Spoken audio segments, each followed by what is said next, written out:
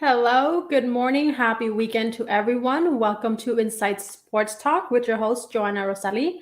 And I am joined today with my amazing co host, Ed Cole. And shortly, here in just a few moments, we have Keith Pompey, who will also be joining us. He is the Philadelphia Inquirer beat writer for the Philadelphia 76ers. And we'll be dialing in and breaking down what has been happening over the last week with regards to the NBA playoffs. So we have a lot of NBA playoff action to bring to you and talk to you guys about. I'll also be dabbling a little bit into MLB and the new scandal you can say that they are facing on the pitchers and doctoring of the baseballs. So there's a lot we're bringing to you. And are you excited for today's show, Ed? Of course. Good morning, Joanna. How are you, sis? Morning. I am doing great. How are you? Awesome. It's always great to do a broadcast on a Saturday morning, our second consecutive Saturday morning broadcast. This is pretty cool. Yes. It's like Saturday morning. It's like Saturday morning cartoons when I was a kid. I always look forward to getting up on Saturdays. I know you're too young for this, Joanna. You don't know nothing about Saturday morning cartoons, but when I was a kid, I know Saturday morning cartoons. You do? Yeah. Okay. I thought I was dating myself. No. There were still Saturday morning cartoons when I was, a child growing up. Okay. I do not want to get up Saturday morning. Some mornings here, but when I was a child, I always wanted to get up and watch those Saturday morning cartoons. Yes, absolutely. So this is like the equivalent of Saturday morning cartoons for us doing a broadcast. Oh, goodness. Yes, indeed. And we are, of course, live streaming to our Facebook, our Twitter, and our YouTube pages as well. So, and then, of course, make sure that you do listen to from wherever it is that you listen to podcasts and on KSR in Arizona as well. Every Wednesday, bringing you a new show there. So many different avenues to find us, right, Joe? Definitely there is. Have to bring that content to our audience, Ed. Absolutely. This is the time for it with sports coming back in full. Joanna, people are hungry for sports coverage and knowledge and information, and who better to do it than you and I? Yes, definitely. Right? Absolutely. Have some conversations and talk some sports and get and to have great guests like the great Keith Pompey, who will join us from Atlanta, Georgia, site of the Sixers' big win last night. That's going to be awesome. Yes, indeed. So let's go ahead, and he'll be joining us here just momentarily. But let's go ahead and just kick off right before he joins us our NBA playoffs, how that has been going. We have Utah and the Clippers. Utah is leading that series. We have Denver and Phoenix Suns, with Phoenix leading that series 3-0. We have Philadelphia 76ers as well as Atlanta Hawks on that one, with Philadelphia leading 2-1, and Milwaukee Bucks against the Brooklyn Nets, the superpower team there, with Brooklyn leading 2-1. Hasn't it been a wild roller coaster with at least, with most of these games happening? Yes, with the series I didn't think would be the way it was. The Suns and the Nuggets, I thought it would be way more competitive than what it is, Joanna. I didn't think that Phoenix would be up 3-0. I said it would go 7 games because I knew the talent level that the Denver Nuggets have, and I thought that they would be more competitive than what they are right now. I mean, Michael Malone called his team out after game 2, after they got blown out at Phoenix Suns Arena, saying that they quit, even though Nikola Jokic, the MVP, disputed that. They looked like they did not show up on in game 2, and last night they didn't show up as well against Phoenix. But give Phoenix credit for their defense and what they were able to do outside of Nikola Jokic, who had a monster game. He had I'll pull up his box score. He had 32 points, 20 rebounds, Joe, and 10 assists. He had a monster game. But the problem is hardly anybody else showed up for Denver last night other than Monty Morris. Michael Porter Jr. is still suffering with his back issues, so he's not completely 100%. Of course, they're missing Jamal Murray, their other big piece. He had the ACL surgery, so this is a different Denver Nuggets team, but I thought they would be more competitive. They come out with more fight than they have in these first 3 games, Joe. What do you think? Yes, Brother Keith joins us. You want to bring Keith in? Give me 1 second. Let me go ahead and chime in before I bring in Keith. Yes, I definitely agree with that.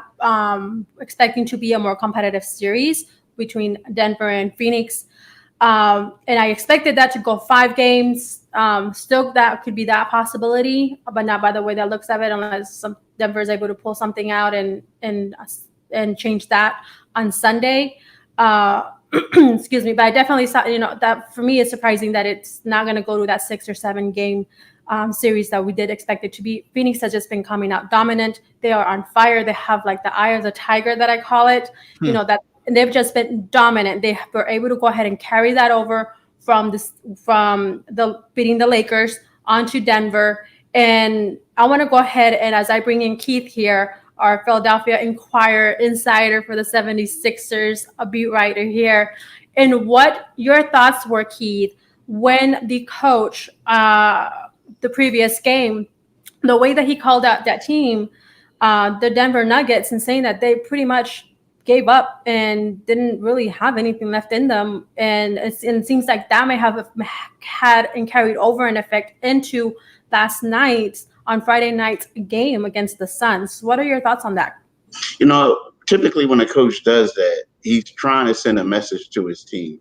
He's trying to motivate them. He's trying to call them out to where they say, okay, coach called us out. We're going to come out and we're going to be fired up. I don't think he lost his team by that. I know some people may think that way and may say some things.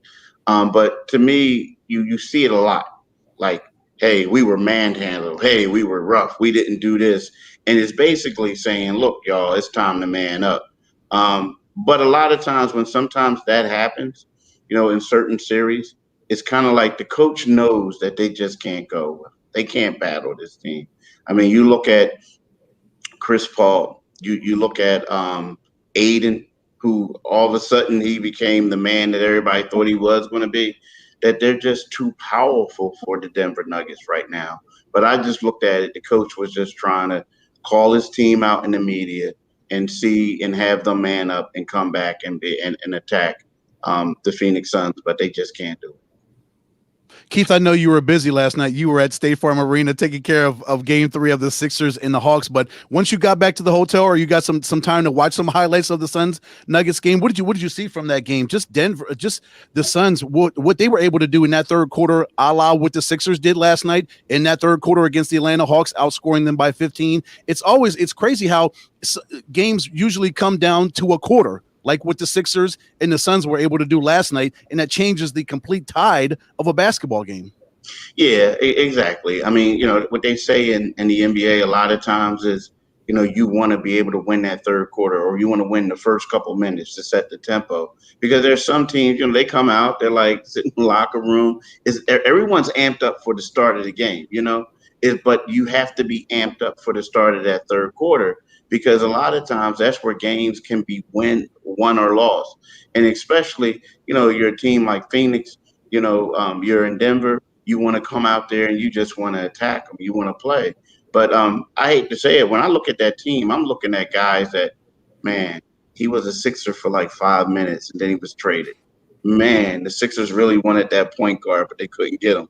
So, man, Randy Ayers was a former Sixers coach, a great guy. Oh, another guy was a former Sixer. Oh, 2 other guys were former Sixer coaches. So when I look at Phoenix, I'm always thinking like, man, the owner of Phoenix really got over on Philly when I see that team. And then let's go ahead and talking Phoenix Suns here because we predict that it's going to be a done deal and hopefully they'll be able to seal that on Sunday night against Denver, and that's going to be at Denver in their home arena. So once we go ahead and see that happen, what does this mean, and who would be? We right now will release like going into the Utah Jazz and LA Clippers. Excuse me. So Utah is leading there. Do we see Clippers getting out of this slump that they're in and maybe winning one game or coming back and being able to tie the series against Utah and putting up a fight? You see Keith's face? I think no, I'm just messing. I think the Clippers could win a game. I mean, when you look at the Clippers, to me, Kawhi is the best player still. Well, not take that back. He's the best player in the West still playing. the best player, individual talent, you have to go with Kawhi, right? In my opinion. So I think that the Clippers will probably steal a game, you know, but I don't see them beating this team. I mean, when you look at, you look when I look at the Clippers, I looked at, and I hate to say this, but I look at Kawhi and Paul George. Paul George is a guy who hasn't lived up to his salary, his contract. When I look at Utah, I know Donovan Mitchell is a good player. I know that Rudy Gobert is a defensive player of the year, but I look at a team. I look at the team that goes 1 through 9, whoever's in the rotation, and they're all core pieces to the system, But I just don't see the Clippers beating a quality team like that. I think it's going to be Phoenix and Utah playing in the Western Conference Finals. I agree, Keith. And you cannot have Kawhi Leonard only score 7 points in the second half like he did in game 2. And you can't have Paul George shoot as poorly as he did in game 7 against Dallas. In game 1 against Utah, he shot better in game 2 against Utah, but they still lost. So Paul's got to step up, and Kawhi's got to take more. He's got to have more than 7 points and take 7 shots in the second half. I mean, he's falling away just like he did in the bubble last year when they got eliminated. Yeah, playoff P isn't a good moniker for him anymore. No. Yeah.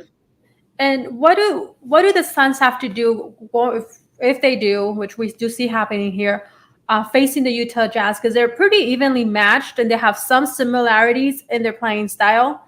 What needs to happen here for Phoenix to be able to go on to the finals? I think when it comes down to that, I think a lot of when we say pretty evenly matched, right? I mean, we're talking about like I'm not the role players. We're talking about the core guys, and I get that like a lot of the Phoenix guys don't get the credit that they deserve. I mean, we know about Chris Paul, and we know about, D-Book. Yeah. Thank you. You saved me. I was about to say, oh my God, I'm about to mess up his name. But anyway, so we know about him. But I think some of the other guys are going to have to step up. Like, Aiden's going to have to continue to be that force. He's going to have to take it to Rudy Gobert, take him out of his game and do what he has to do. But then I'm talking about the rotation players. They're going to have to go up in there and they're going to have to play well, and they're going to have to steal a couple games. Because, see, we're talking about altitude now.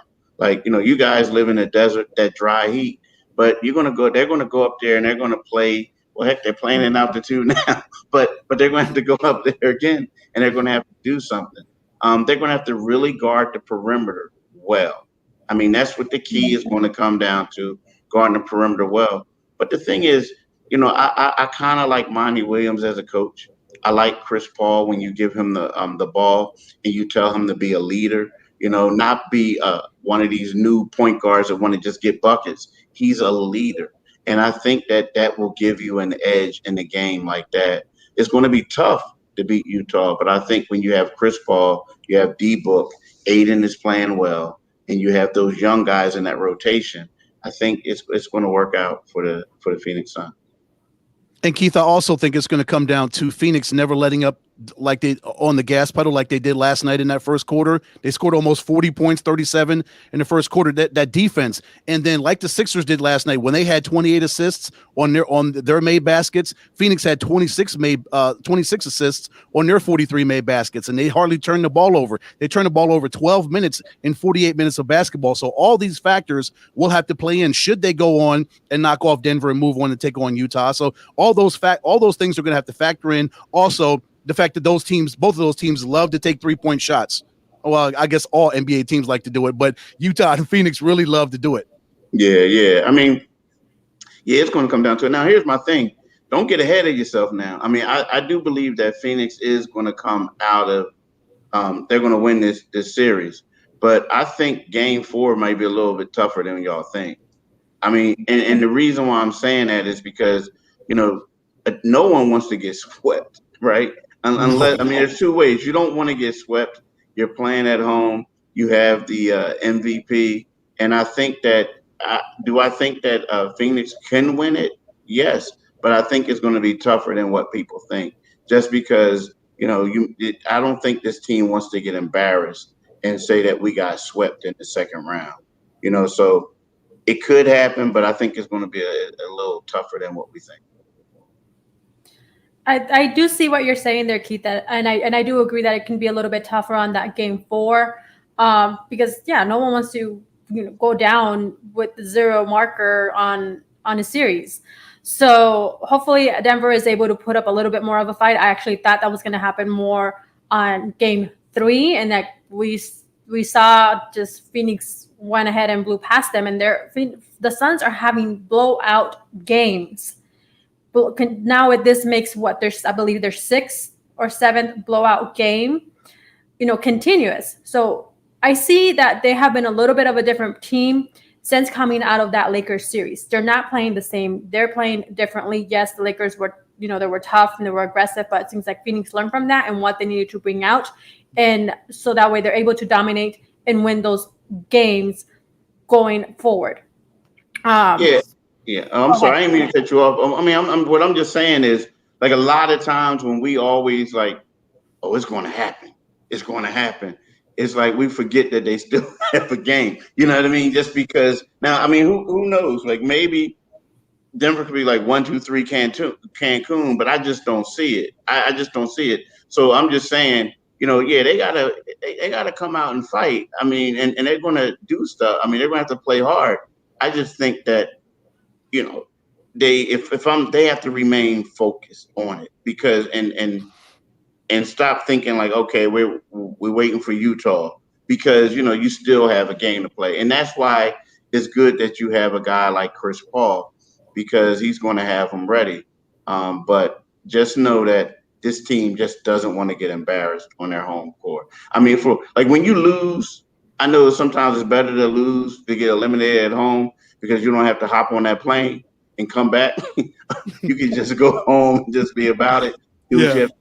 But at the same time, when you have the MVP and this was a great season for you, you don't want to just go out and be known as that squad that got swept, Yeah. And Keith, I think they're going to fight to the very end tomorrow night. Denver will. And of course, as you know, the 4th win is always the hardest one to do. And Denver is going to come up with some fight. That crowd's going to be into it. And I just think D Book has the eye of the tiger. When he's out there, you saw it in the Lakers series, in that closeout game. He just had that look about him. He had that swagger, the way his body language was speaking. It's like, oh my gosh, okay, D Book's into this thing. This young man is serious, and he's carried this thing over to the first 3 games against Denver. Yeah, you're right. He is playing well. I was a little concerned about with him early on in the Lakers, because I was thinking there was a couple of games where I was saying D Book doesn't know the difference between regular season ball and playoff basketball.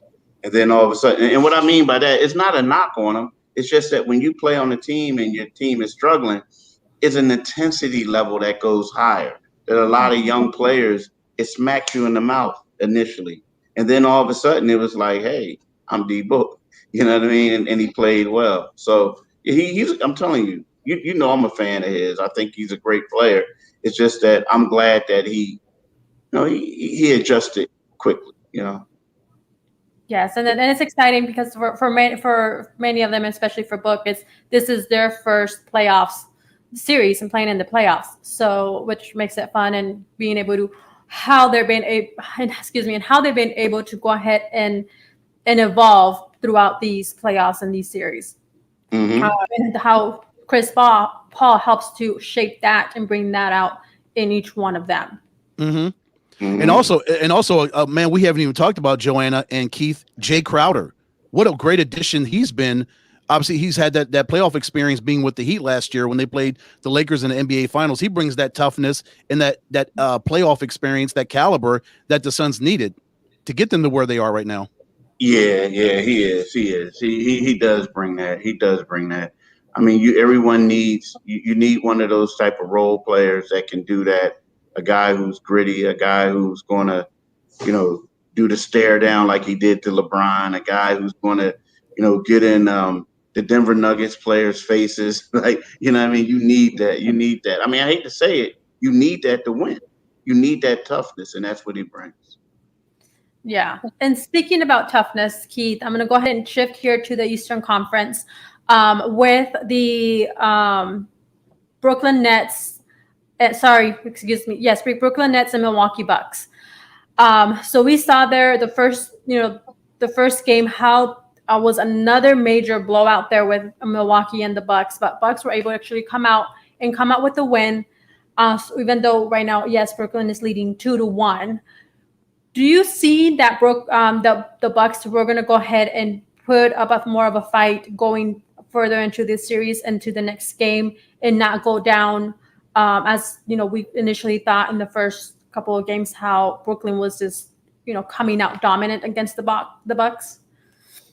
They shocked me by winning the third game, to be honest with you. I mean, like you see a team get blown out the way they did, and I understand, Milwaukee's a tough place to play, but I was a little shocked. And to me, I'm gonna say this about Brooklyn. I think Brooklyn is so good to whereas they turn it on and they turn it off, and they get caught turning it off at Hmm. times. And Mhm. because when you look at it, I mean, I'm looking at this series is it's going to be just like Boston. Remember how they played Boston Celtics and they destroyed them the first two rounds, right? They go to Boston and then all of a sudden they lose a close one, right? Yeah. And but they came back, and I think that this was kind of similar.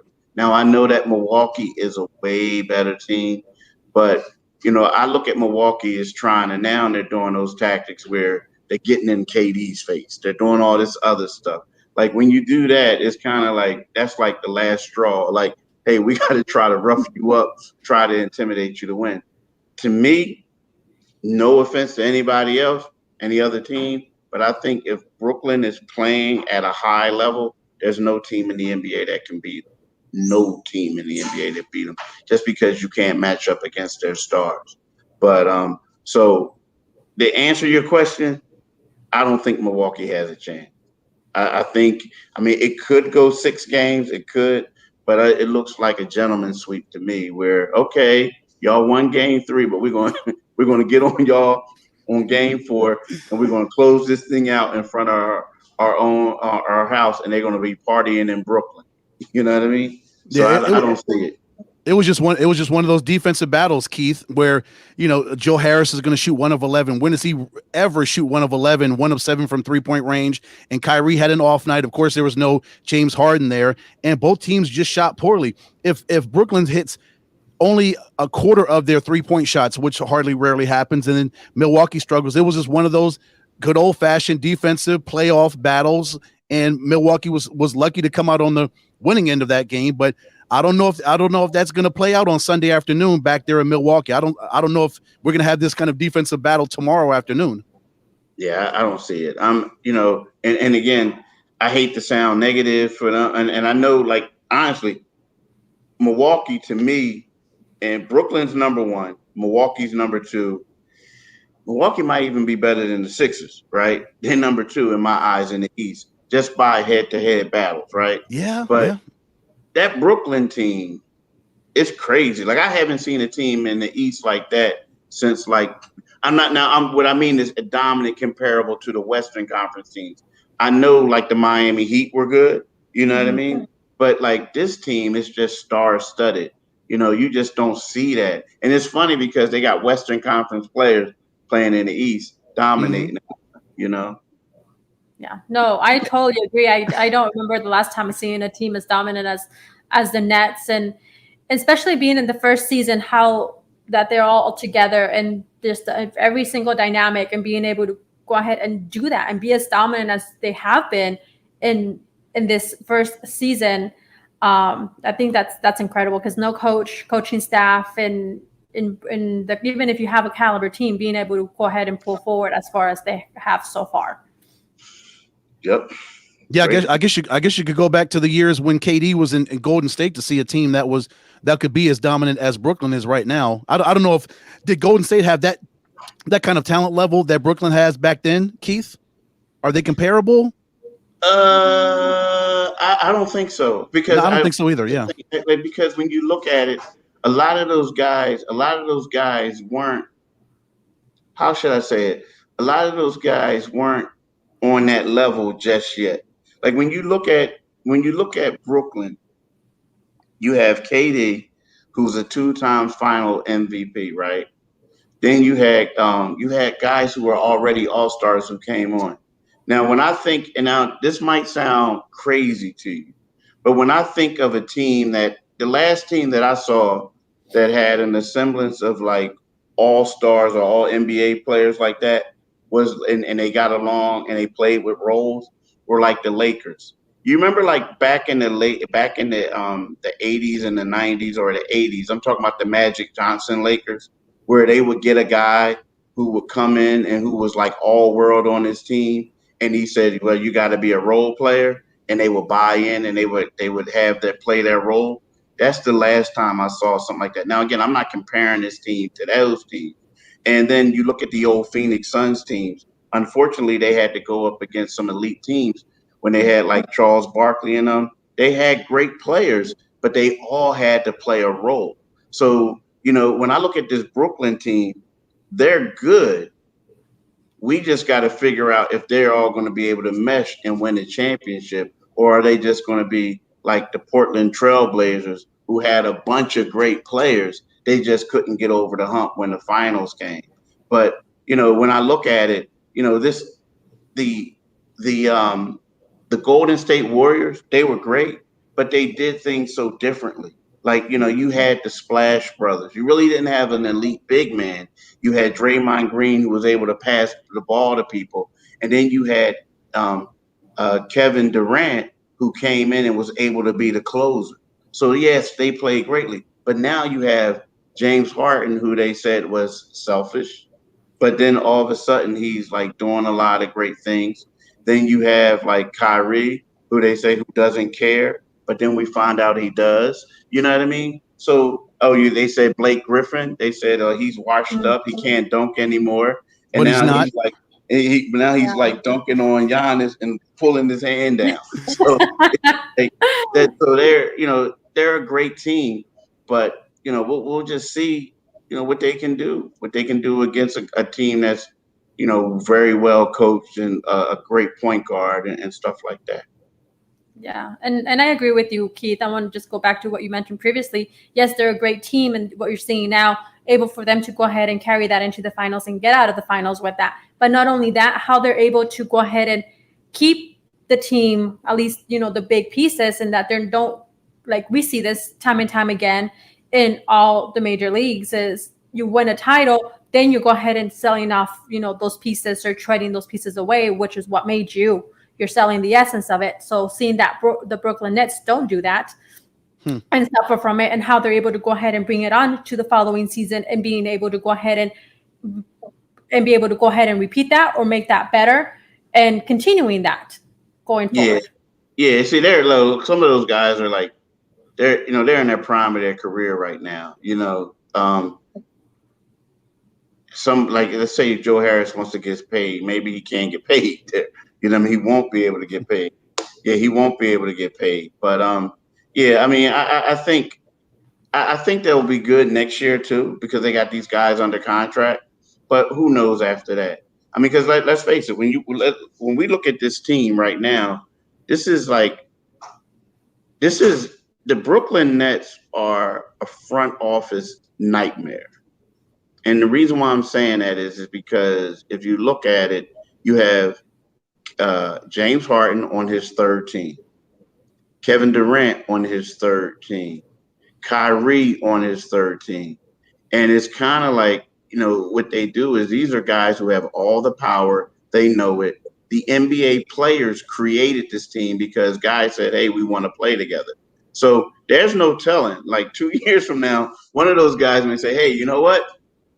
I think I want to rebuild the Spurs. Let's go to San Antonio. I mean, you just don't know. I mean, they get these short year. They don't sign these long year these long contracts anymore. They get these like 2-3 year deals, a 2 year deal with an option the third year, and then they're out. So if I'm an executive, I'm like, man, I don't want it. You guys don't want to be like the Brooklyn Nets, right? You don't want to be like Brooklyn. So. Yeah, no, I get you there, and that's something that we're seeing more and more, like you mentioned, Keith, that they're not going for those long contracts, and players are now creating the teams that they want to play in, or the players they want to play along with, and even the coaches that they want. So Yeah, it's a whole different experience and dynamic now. exactly. Um, Yes. so with this going into the 76ers, your guys, Keith, and the Hawks. So we saw how that started off for the Sixers. Now, they're able to go ahead and take the lead on this series 2-1 against the Hawks. So can you tell us a little bit about what you're seeing in the Sixers? Go ahead and kind of knock that down for us. The biggest difference is from game one to game two and game three is the defensive tactics that the Sixers used on the Hawks, right? The first game they had Danny Green guarding Trey Young, which was a disaster. And it is nothing against Danny. It's just that in his stage of his career, he can't guard that guy. I mean, it was like, you know how you go to the NFL combine and you see the guy running towards a bag, and then all of a sudden the guy is like directing him to go a different direction. Well, that's what like Trey Young was. Like he was running towards Danny Green, and then he would just split and go a different position, and he was like wide open all the time. So that was a problem. Now, when you have a guy like Ben Simmons, he's just too long. He's too athletic, and then they have Matisse Thybulle, who's the same way. So Danny just had, I mean, excuse me, Trey Young just had a rough time. The Sixers are just too big for him, the same way they were for the Washington Wizards. I mean, you have Ben Simmons 6'10", Tobias Harris 6'9", the White comes off the bench, Joel 7'2". They're just too big for that team. And the problem is the Atlanta Hawks are not making shots. So if you can't make shots and the team is like Corral and Trey, so to speak, you're not going to beat the Sixers. You're just not going to beat them. And that third quarter was a microcosm of of everything you just said, Keith. When the Hawks shot 27% from the field, and the Sixers outscored them in the paint. They scored 66 points in the paint, and that was just what it was. It was the size, and they put, like I said, they put Ben on Trey Young, and it really changed the dynamic of. I mean, Trey got 28. Trey's going to get his regardless, but it was harder for him to get it with Ben defending him. One of the best defensive players in the league. Yeah, you're exactly right. It was tough 28 points. I mean, if you think about it, Trey scored, I believe he had 21 points in the first half of his first game, 25 points in the first half of game one. After that, it's been the struggle. It's been the struggle for him. And you're right. You can't shoot the ball poorly, because what's going to happen is they're giving these guys wide open shots, and they're just not knocking them down. And that's the problem for them. They're just not able to knock down wide open shots. And that can also be a Keith, danger. I want to go ahead and ask. Sorry, Joe. Go ahead, ask your question, and I'll go next. Oh, I was going to say against a team like Atlanta, when they can knock down shots, when they're having off nights like that, that doesn't mean they won't come back in game 4 and start knocking those shots down. You know that, Yeah, Keith. exactly. And so that's why I always say, see, here's the thing. And I'm the reason why I say, when we talked about earlier, you can never look past an opponent. It was 2 years ago, the Sixers like blew out the Toronto Raptors, just blew the Raptors out. And it was game 3. And we kept saying, yo, the Sixers are going to the Eastern Conference Finals. And then next thing you know, they had 2 days off between games. Joel Embiid gets sick. The Sixers lose the game. They lose momentum, and it ended up going 7 games. And that's the year that's when Kawhi Hit that shot. Hit that shot. So to me, it was always one of those things where, I always say, don't get too high after you win. So what I think that could happen, is 2 ways of looking at it. You can say 1, 2, 3 Cancun, or you can say, hey, we want to get this victory. Now the Sixers are only up 2-1, but if they go up, if Atlanta wins, then all of a sudden that could be the start of a new series again. Like, hey, the Sixers have to play. You look at Joel Embiid's knee; he's playing on a bum knee. Things can happen, and it's not like Atlanta's going to definitely lose when they go back to Philly. They won the first game; they punched them in the mouth. So, do I think the Sixers will win? Yes, I do. But vital for them to come out and play hard in game 4. What I was going to ask you, Keith, is with Danny Green, he was out with the calf strain now. Still don't know what's going to happen. Is he going to be back? Is he not going to come back? There's questions there. But what does this mean for the Sixers with Danny Green being out? Does this affect the team in the what's left of the series? That's a great question, because when you look at Danny Green, Danny Green's a team leader. He's kind of like the glue guy, so to speak, on the starting lineup. You have your scorers, you have Joel Embiid, you have your shooters, and then you have Danny Green, who's the guy to, like, okay, guys, let's get in the huddle. You guys got to play hard. He steps up when need be, but he's more or less the coach on the floor, right? So now you lose him. The thing is, I think that they'll be fine, because he's still going to be with the team. He's not going to be in the huddle, so to speak, when they're on the floor at the foul line telling them what to do. But he's going to be the guy when they come on the bench. He's going to be like, look, this is what you're doing wrong, this and that. Now, what that does, though, they're a guy who had a role beforehand coming off the bench as like, look, we need you to be a scorer off the bench. Well, you're not going to be able to get all those shots or do those things you did before, because you're playing with Joel and them. Now, can you alter your style and be successful for that team? And then who is going to step up on the bench and be that guy, take the other guy's role? So I think the Sixers are going to be fine.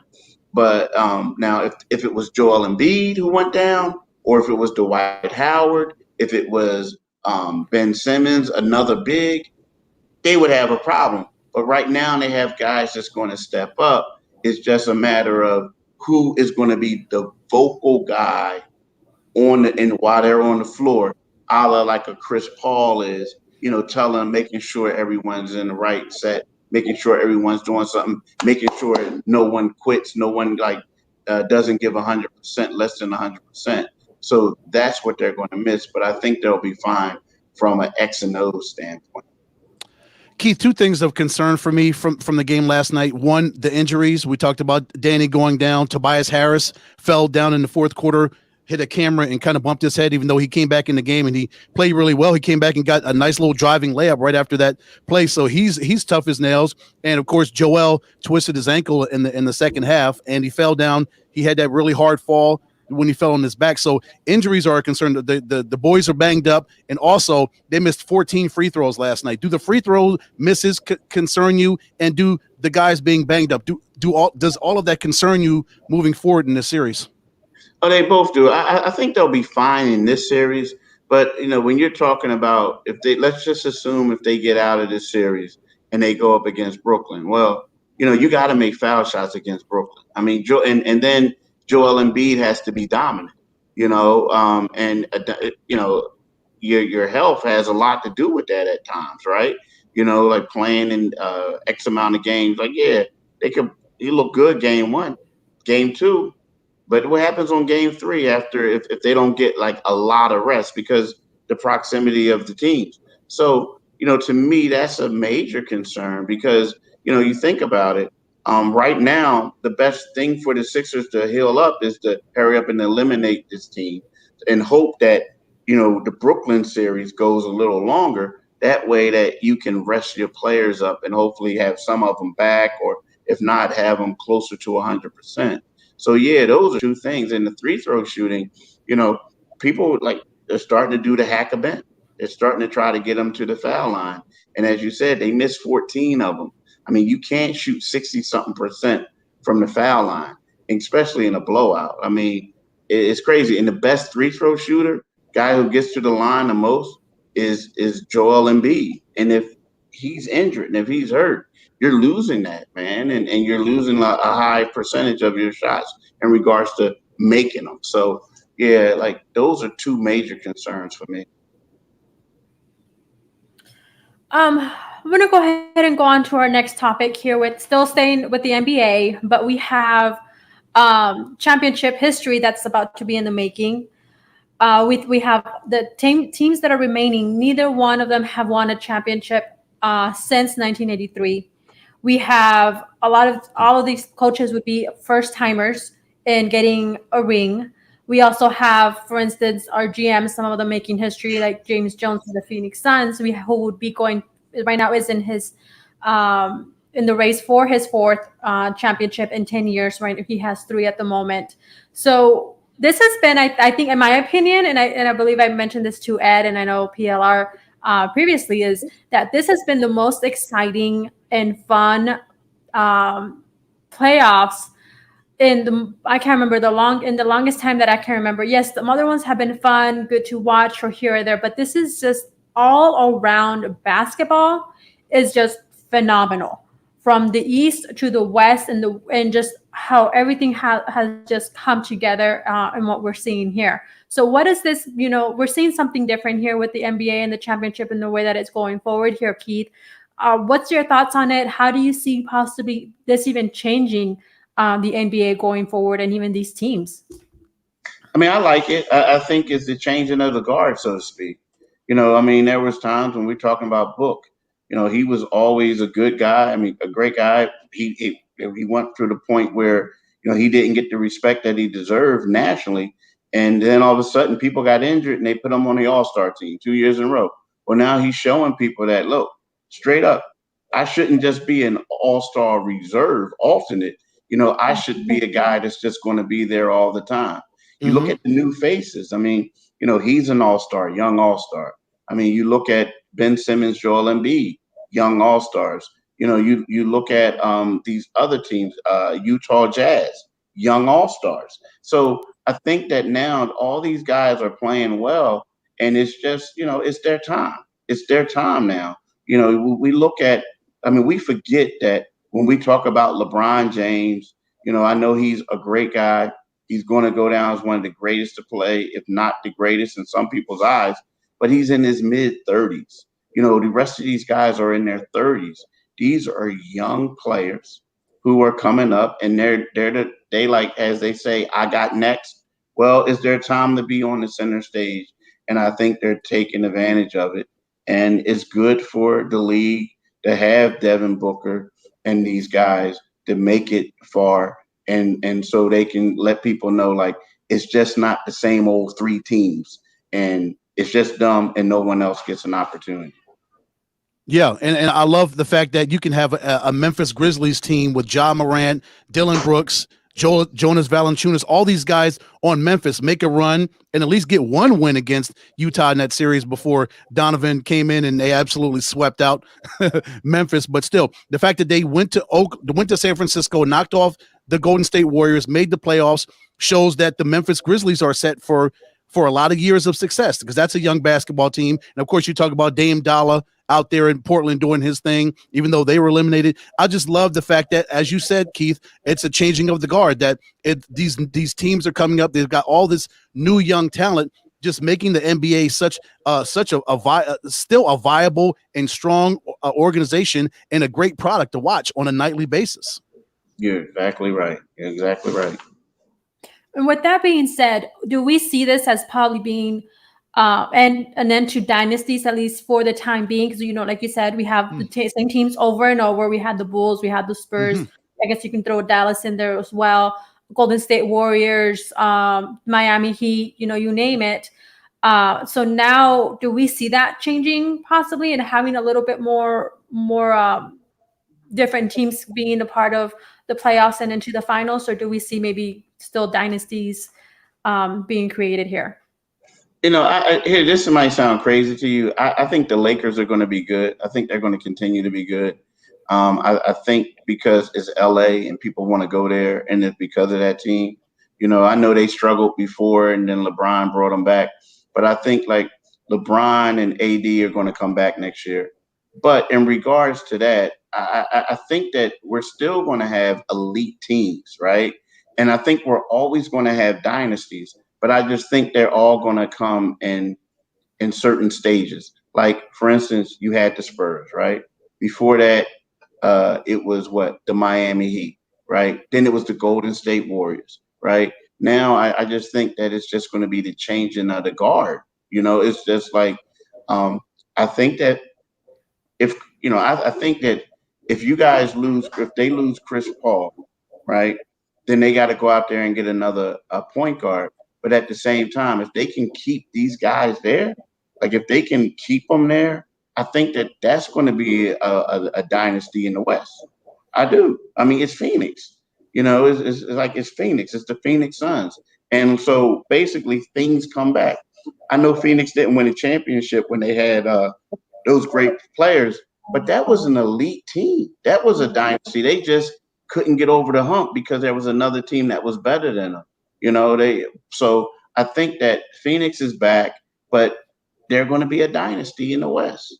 But they're still going to have to go up against the Lakers and Utah. Those three teams are replacing the Spurs and whoever else the Spurs were going up against, back then. But I think that we're always going to have dynasties in the NBA.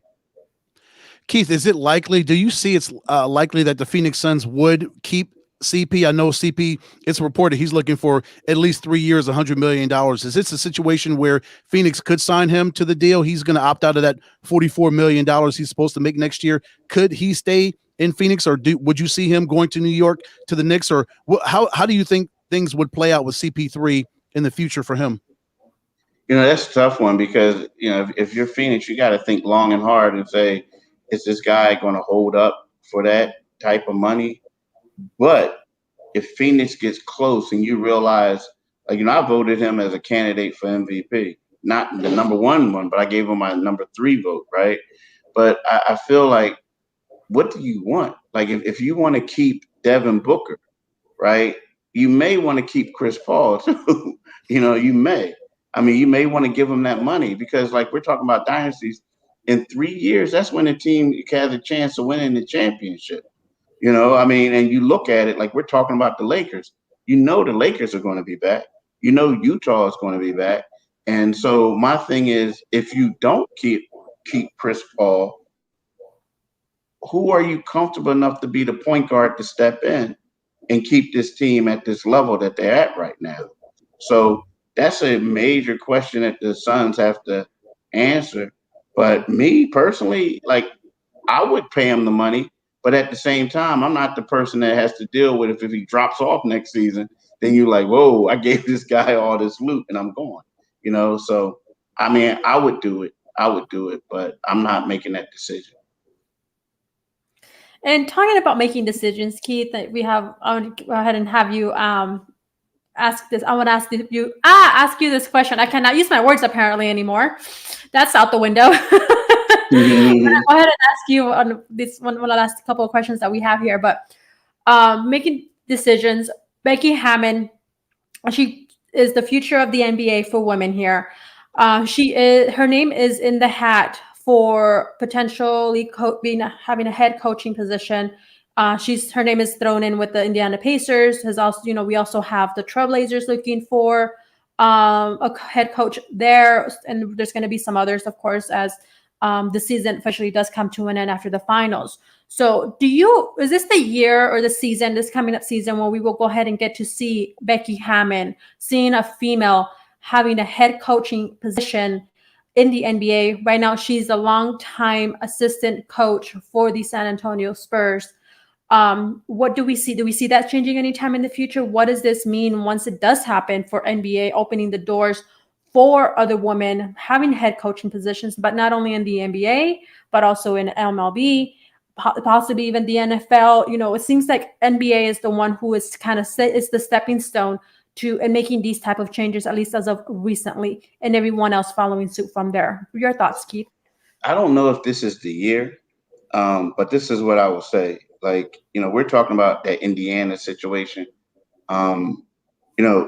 If Becky, I think that if I'm Becky Hammon, it's great to interview for a job, but it has to be the right job.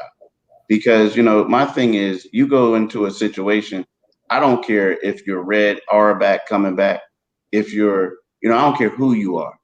You don't want to go into a situation and say, okay, I'm getting this job and I'm going to be the first female coach there, but you're in a bad spot and you're set up to fail. I don't think that's fair to her. She has to, go somewhere, look at it, see what type of free agents are going to come there. Because we're looking at two places. Free agents don't go to Indiana, and free agents don't go to Portland. Now you have Dame Lillard, who's a guy that's, we don't know if he's going to be back next year. Mhm. If you lose Dame, then you have Becky Hammon sitting there miserable.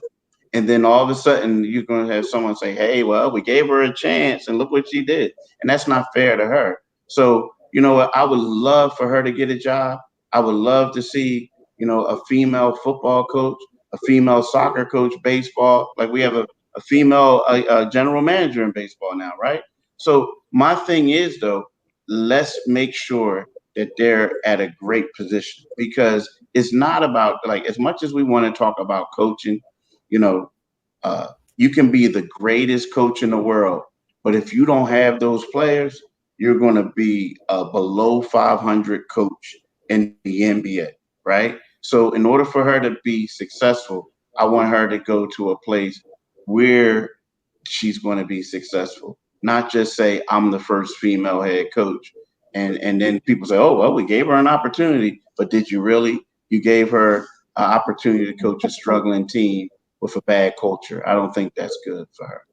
Yeah, and you gave her an opportunity to fail, and that would reflect badly on her when it's not her fault. If you're, Exactly. as you mentioned, Keith, you put her in a situation where there's no talent in the building. What is she going to do? You can only coach up what you have in the house. And if your talent level is below par, what's Becky going to do? She's not Superwoman. She can't do it all. Exactly. That's just my thing.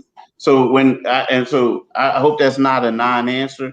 What it is just an answer to saying I prefer to her to go somewhere that's great than just having up and, like, being somewhere like, okay, I'm not trying to compare her to Jackie Robinson, but Jackie Robinson became into the major leagues, right? But he was in a situation where the owner believed in him, where everyone believed in him. Some of his teammates didn't, but he had support from, like, Branch Rickey. If he would have went to the Phillies or somewhere else, the next thing you know, there wouldn't have been any more minorities in there, because he would have gotten into a fight.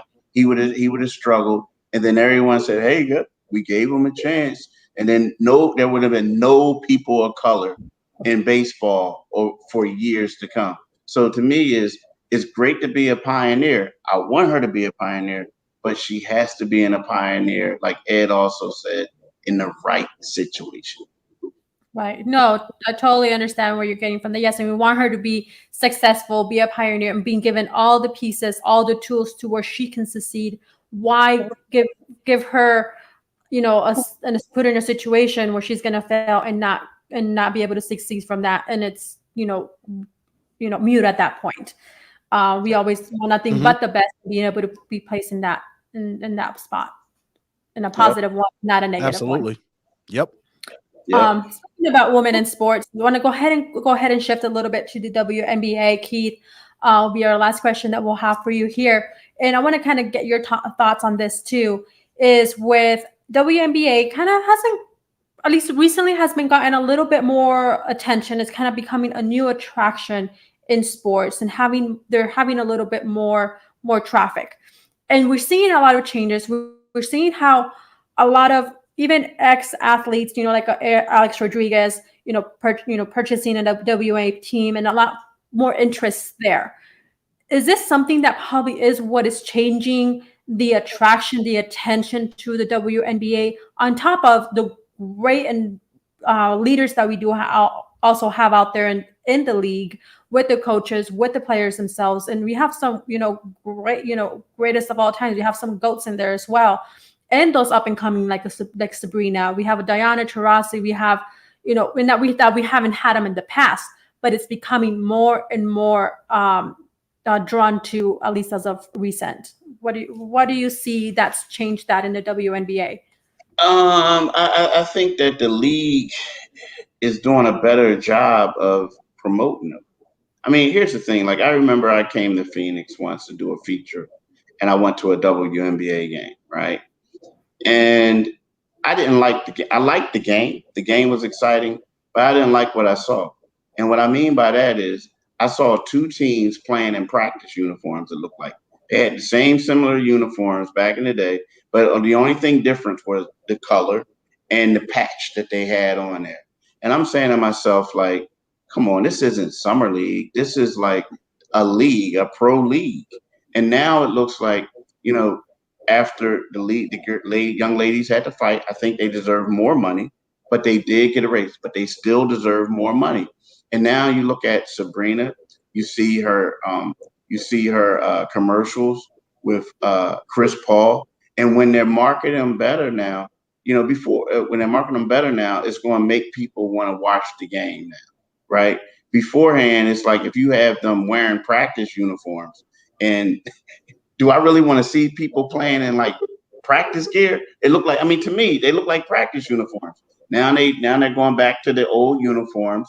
They're being more marketable, and I think it's better. Before, I used to always think like the biggest disrespect was, like you go there and you would have like pro NBA players sitting in the stands, right?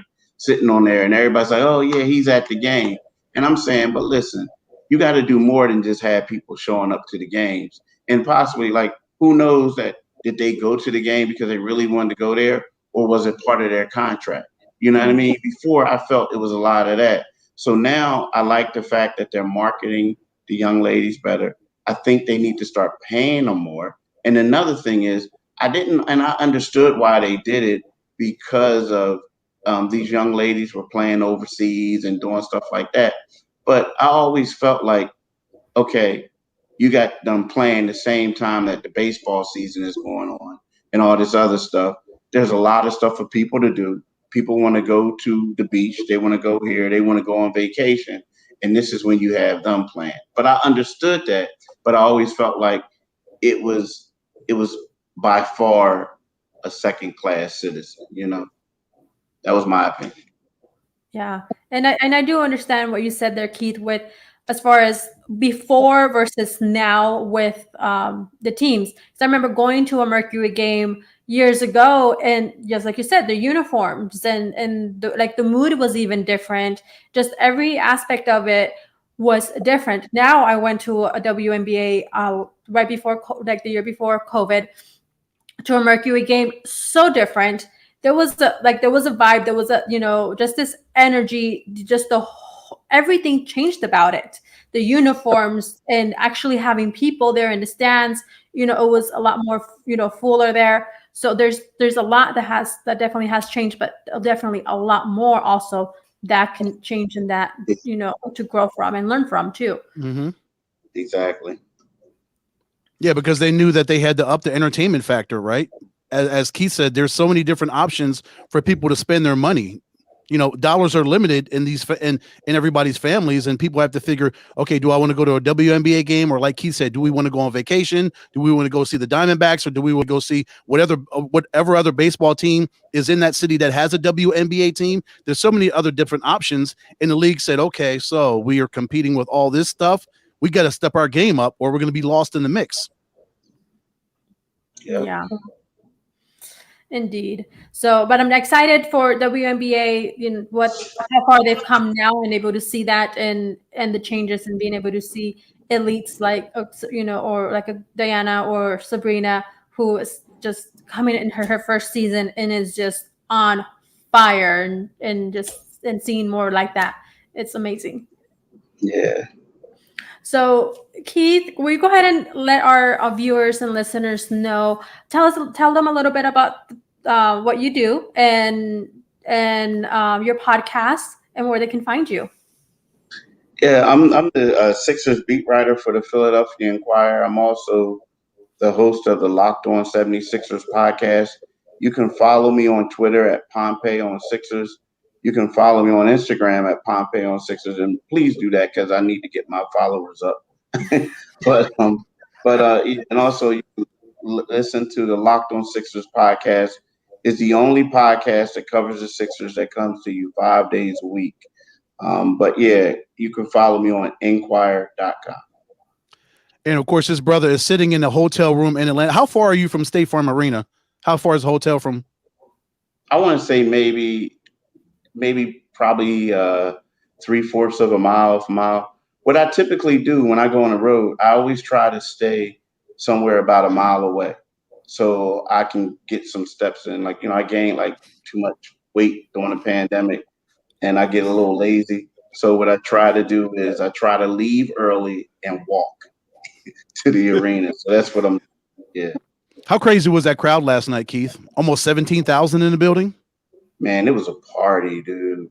Like it was. They had After Seven singing the national anthem, Did and then they they? had, yeah, it was nice. And then they had like this artist who was like in the third quarter. He went in the stands and sang his song, and with the fans and everything. It was, I'm telling you, it was a party. It was like Atlanta did a great job with this thing. Now, the one thing I will say is, with like 2 minutes left, it was like a mad exodus. And like they were trying to come back, and then Joel Embiid scored a point, and then they all left. They all left. But it was a party, man. It was like one of those things. You went to an event and you knew there was going to be a musician there. It was going to be loud, lights, music, great food, and then like they would have like a basketball game as a special thing. To me, that's what it felt like. I mean, the game was good, but the atmosphere was off the chain. Mm. Awesome. Yes, no, I totally feel that because I was at the Phoenix Suns game on Monday. So I Yeah, had no voice until like Wednesday. So the energy and everything was fun and electrifying. So if you guys listening, you haven't been to a playoffs game, definitely go ahead and do so. They are just out of this world and a whole different vibe from anything that you will experience. exactly. So thank you, Keith, very much. Always appreciate you coming in and give us some special insight on what's going on with the Sixers and NBA.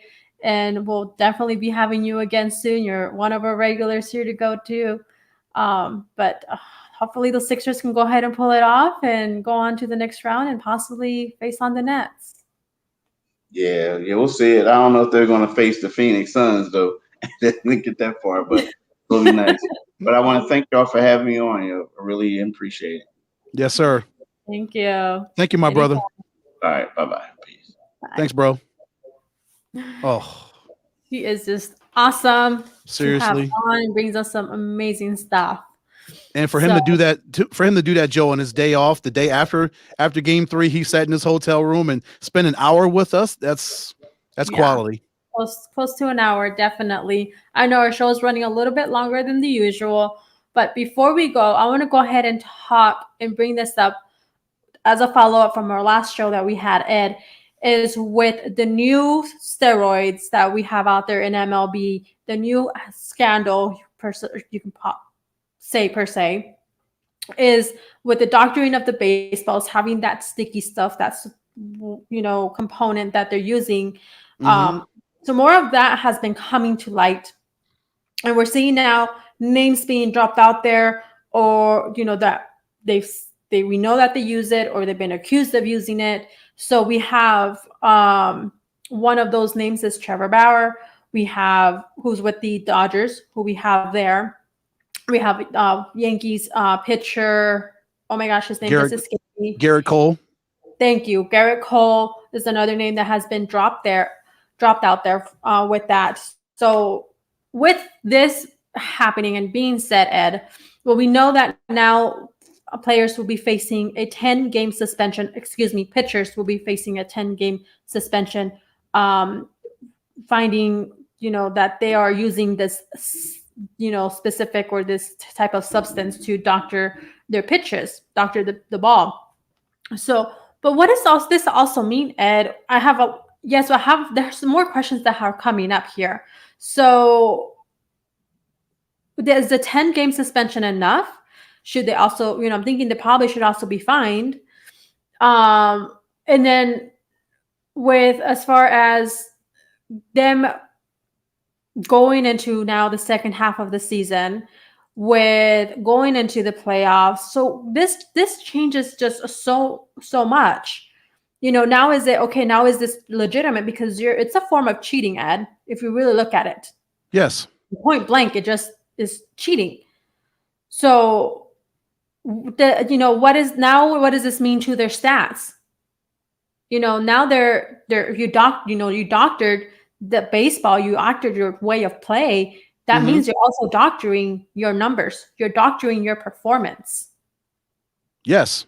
So So now should there everything. be some type of asterisk to that season of where they were caught using this substance, illegal substance? This, they're just everything's, not really clean. I know that, and that's exactly what I was going to say, Joe. That should they put an asterisk on whatever stats that they did, or whatever the baseball team was able to do that season because of this doctoring of these baseballs, and that they're actually cheating. Yeah, I think it should be. I don't know if 10 games is enough. They should be fined. Maybe the organization should be fined a couple $100,000 or whatever MLB decides the penalty should be for these baseball teams. Maybe they dock them some picks in the upcoming MLB drafts. Maybe they do those kind of things to make it even more of a drastic, I guess, to put out a statement to these teams and these players that, look, we're not playing. Us being MLB, we're not messing around with this situation. We want the integrity of our sport to remain what it is, because it's one of the best sports in all of the world. It's your favorite sport. Clearly, you love it so much. You you love it so much that it's part of your life, and you can't live without it. So, and I'm sure it hurts you to your core to see these kinds of situations come up in Major League Baseball, a sport that you love and that you live and breathe and die for. It's just not the way that this sport should be done, and these players should not conduct themselves this way if they're looking for an advantage over a hitter. Pitch better. Yeah. You don't need sunscreen and pine and rosin and all these other things to doctor up your baseballs. If you're that good, practice. Spend some more time on the practice mound. Get better. Study your opponents better. You don't have to doctor baseballs to do that. Do it the natural way. Yeah. So this just gives me so many more questions Yeah. than answers, definitely, for a lot of us, for many of us. I know. The other thing coming into this is, we have, teams going, there are playoff contention into the, now we're approaching the All-Star break going, here just in a few weeks. And then after that, it's the play, we see how close they are, especially in the West with the Dodgers, with the Padres, and the Giants, they're back, just lining up. We have Colorado Rockies down below that. We have then the Arizona Diamondbacks, which we will not get into that conversation today, Ed. We'll leave that for next show on Tuesday. However, now this changing a little bit of that dynamic as well. Like now you're seeing, okay, these names being thrown out there, and okay, now they're gonna have, let's say, a 10-game suspension because now they were caught that altering the ball using this substance. Now you have, per se, you're one of your star pitchers who you not have starting 10 games. Now, where does that put you, and how in the games going forward? And that's now affecting your game. It's affecting, your lead and your standings. Now, Yes. okay, now they're in the threat of possibly dropping down below when you could have, probably been in a whole different situation. And this is just one team we're talking about. We still are learning more of this as more names do come out. We have the Yankees, which right now the Yankees, well, that's a different, different situation there. The Yankees have been struggling as of recent, or at least they were. But yeah, they're 6.5 games behind Tampa, so they're middle of the pack in the AL East. But compared to the Dodgers, you're talking about Trevor Bauer. When the Dodgers are a game and a half behind San Francisco, say he gets suspended for 10 games, that's 2 starts for him. Imagine how different this whole dynamic will be if Trevor Bauer is out for 2 starts. Mm-hmm. Yep. Yeah, exactly what I'm saying. Yeah. So, but we still have others that still we don't know, or that are going to be a part of that mix. And now this is even going to affect more their game as well. It's going to affect their mentality going into the game. It's going to affect it all the way around. Yeah, and just imagine the adjustments these teams will have to make if these suspensions come down and all these 10-game suspensions are handed out, and these are major pitchers that these managers and these teams will have to scramble now if they're all contending teams like the Dodgers or whatever other team, whatever other players come out gets revealed. It's going to change the whole face of baseball and how things are conducted and how teams conduct themselves on a daily basis, knowing that, okay, we could lose a star pitcher potentially for 2 starts. Now, who are we going to get to step up in those 2 starts to keep us in contention? Yep. Yes, indeed. So, and another thing too with the baseballs, do you think that has to do with the way that the baseballs have changed over time too? We've seen there's kind of been some word and rumbling about that some are not very happy with those changes, and it's affecting the game of play. Does this have to do a lot with why the pitchers are altering their game, their playing, their style, their pitching, and using this substance? Because we know hitters have also come and said, some things there as well. But what are your thoughts on that? It possibly could be, Joe, because the pitchers are trying to get used to a new baseball because MLB is trying to cut down on the amount of runs scored and home runs hit for whatever reason. I don't know why, because that's the reason. That's one of the main reasons why people are attracted to baseball. Isn't that right, what Joanna? baseball is all about? Yes. It's what about scoring runs and hitting home runs? Yes. Yeah. Yes. So again, why does MLB want to diminish that? That's one of the primary reasons why people come to the games. That's why you go to see a baseball game. That's why they have a home run derby at the All-Star game, because people want to see balls hit out of stadiums. So why does MLB want to cut down on the excitement factor of this game and change the look and the feel of these baseballs? And hence, possibly, that's why pitchers are doing this with these combinations of whatever these substances they're putting on baseballs, so they can get a better feel, get used to a different look and feel of a baseball. Yeah. Just another thought here. I'm kind of playing devil's advocate, and this is the last thing that I'll go ahead and mention before we go ahead and wrap up the show, is if we see all of these pitchers utilizing a substance, obviously it screams that there's something out there that's leading them to this. Yes. An example, the shape and the components and the alteration of the baseballs recently, for instance.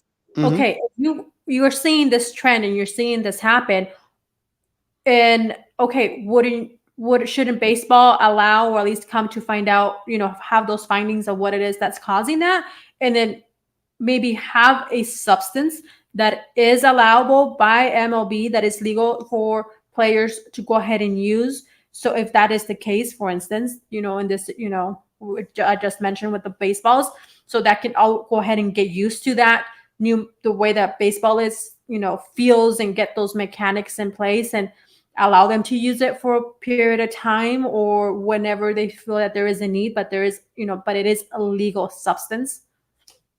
I can see that happening. Yes. Yeah. But then what do you think the batters will come back and say? Okay, so the pitchers have a substance that they can use. So what can we use to counteract the substance that the pitchers are able to use?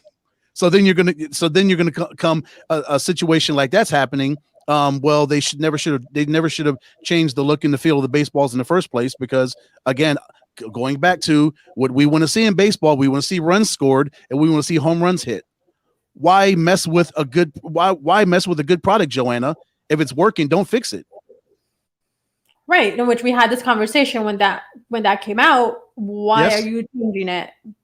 It's not broken. What is Don't it that fix you're it. trying to fix it Yes. with? So When you're in a situation, Joe, where you've got the whole CBA coming up in December, and you don't know what the future of baseball is, and we know MLB and the MLBPA are at odds. They don't have the best of relationships, and the look of baseball is strained right now because of that situation. People aren't dumb. They're not blind. It's not like they don't see that baseball is fractured. This is the time now when Major League Baseball needs to do what it can to bring more fans into these stadiums to draw that attraction back, because it's being lost. You're not marketing your players as you should, like we talked about with Keith, the way the WNBA is marketing their players and their product. MLB is not doing that, and they need to do that right now, because their future is on a slippery slope right now, Joe. Yeah, and this is not the type of attention that MLB should be getting. No. Should be marketing their players. We've talked about this in the past, and Yes.